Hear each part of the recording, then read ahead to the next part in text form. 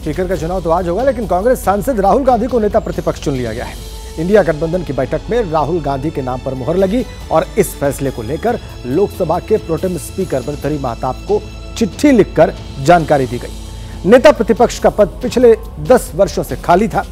अब सवाल यह है कि राहुल गांधी अपनी पहली संवैधानिक ड्यूटी के लिए कितने तैयार हैं।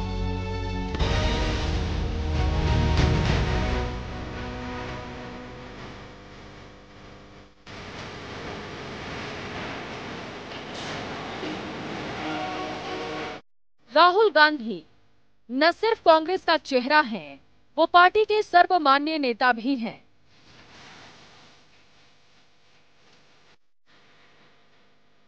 अपने 25 साल के सियासी करियर में कई उतार चढ़ाव देखने वाले राहुल गांधी ने इस चुनाव में पार्टी में जान फूंक दी। हाशिए पर चली गई कांग्रेस को फिर से उभारने की नई कोशिशें रंग लाती दिख रही हैं।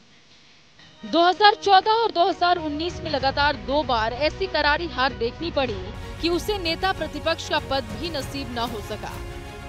लेकिन 2024 के चुनाव में राहुल गांधी के मैजिक ने पार्टी को 99 के आंकड़े तक पहुंचा दिया, लिहाजा इस बार उसे नेता प्रतिपक्ष पद मिलना तय हो गया था और राहुल गांधी ही ये पद हासिल करने जा रहे हैं। दिल्ली में मल्लिकार्जुन खड़गे के घर इंडिया गठबंधन के घटक दलों के नेताओं की मीटिंग हुई, जिसमें राहुल गांधी को नेता प्रतिपक्ष बनाने का फैसला किया गया। बैठक के बाद कांग्रेस अध्यक्ष मल्लिकार्जुन खड़गे और कांग्रेस संसदीय दल की चेयरमैन सोनिया गांधी ने प्रोटेम स्पीकर भर्तृहरि महताब को चिट्ठी लिखकर इस बारे में जानकारी दी। चुनाव नतीजों के बाद 8 जून को हुई कांग्रेस कार्य समिति की बैठक में भी सर्वसम्मति से एक प्रस्ताव पारित कर राहुल गांधी से नेता प्रतिपक्ष बनने की अपील की गई थी। तब राहुल गांधी ने इस पर विचार करने को कहा था, लेकिन लोकसभा स्पीकर के चुनाव से एक दिन पहले ही कांग्रेस के फैसले को राहुल गांधी ने मान लिया है। राहुल जी, बहुत बहुत धन्यवाद, बधाई। आखिर आपने हर कांग्रेसियन, हर लोकसभा के सदस्य की आवाज सुनी और नेता विरोधी दल पद स्वीकार किया। नेता विरोधी दल के रूप में अब आपको प्राथमिकता मिलेगी। आप जब चाहे नेता सदन की तरह सदन में मुद्दे उठा सकते हैं, आप बोल सकते हैं। जनता की आवाज को जो कुचलने की कोशिश सरकार करेगी, उस पर आप एक निर्भीक आवाज आपकी गूंजेगी। कम से कम हम जैसे युवा सांसदों के लिए बहुत खुशी का पल है और देश चाहता था, देश में ग्राउंड से, जमीन से ये कार्यकर्ता कह रहे थे कि राहुल जी तक संदेशा पहुंचाइए। दिन भर में सैकड़ों लोग आकर मिलते थे जो ये कहते थे अनायास कि राहुल जी से कहिए वो नेता प्रतिपक्ष का पद स्वीकार करें। मुझे बहुत अच्छा लगेगा कि आने वाले दिनों में देश की संसद में संविधान का सबसे बड़ा रक्षक जो है वो इस दौर का, ये किसने कहा आपसे आंधी के साथ हूं, मैं गोडसे के दौर में गांधी के साथ हूं। एक ऐसा व्यक्ति जो इस नफरत भरे माहौल में देश की संविधान की किताब लेकर के खड़ा है। राहुल गांधी के लोकसभा में नेता प्रतिपक्ष बनने से कांग्रेस को नई दिशा और ऊर्जा मिलेगी। उन्हें इंडिया गठबंधन में सहयोगी दलों के साथ बेहतर तालमेल बिठाने में मदद मिलेगी। साथ ही लोकसभा में बीजेपी पर हमला करने के लिए कांग्रेस को एक मजबूत चेहरा मिलेगा। राहुल अपने 25 साल के पॉलिटिकल करियर में पहली बार कोई संवैधानिक पद संभालेंगे। वो इस पद पर रहने वाले गांधी परिवार के तीसरे सदस्य होंगे। इससे पहले उनके पिता और पूर्व पीएम राजीव गांधी 1989 से 1990 और मां सोनिया गांधी 1999 से लेकर 2004 तक इस पद पर रह चुकी हैं। 2024 के चुनाव में कांग्रेस 99 सीटों के साथ सबसे बड़ी विपक्षी पार्टी बनी है, लिहाजा उसे इस बार नेता प्रतिपक्ष का पद मिला है। पिछले 10 साल से खाली था नेता प्रतिपक्ष का पद। 2014 में कांग्रेस लोकसभा में महज 44 सीटें जीत सकी थी, जबकि 2019 में उसने 52 सीटें जीती थी, जो नेता प्रतिपक्ष बनने के लिए पर्याप्त नहीं था।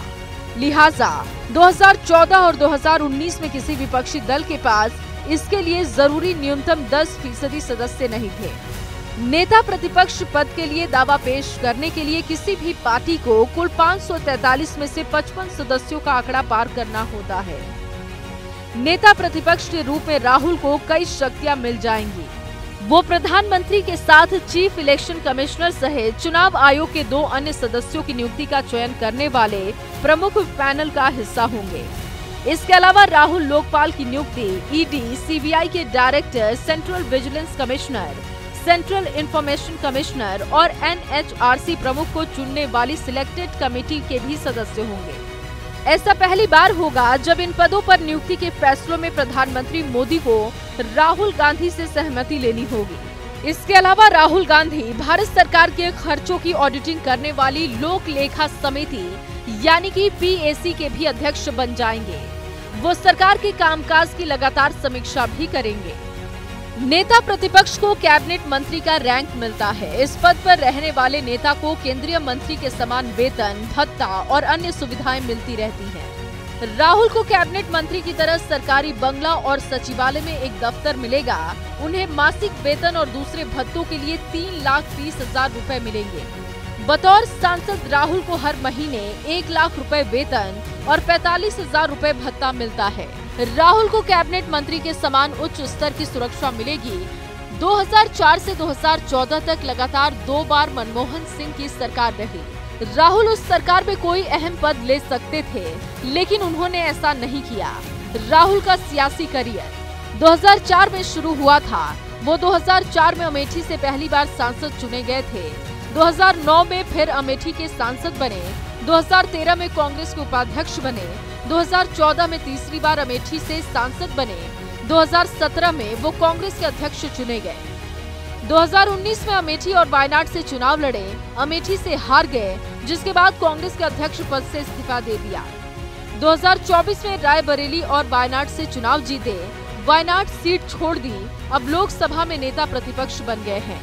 माना जा रहा है कि राहुल गांधी के इस भूमिका में आने से फायदा उन्हें और पार्टी दोनों को ही होगा। नेता प्रतिपक्ष बनने के बाद विपक्षी खेमे के भीतर भी राहुल गांधी को लेकर सोच बदलेगी।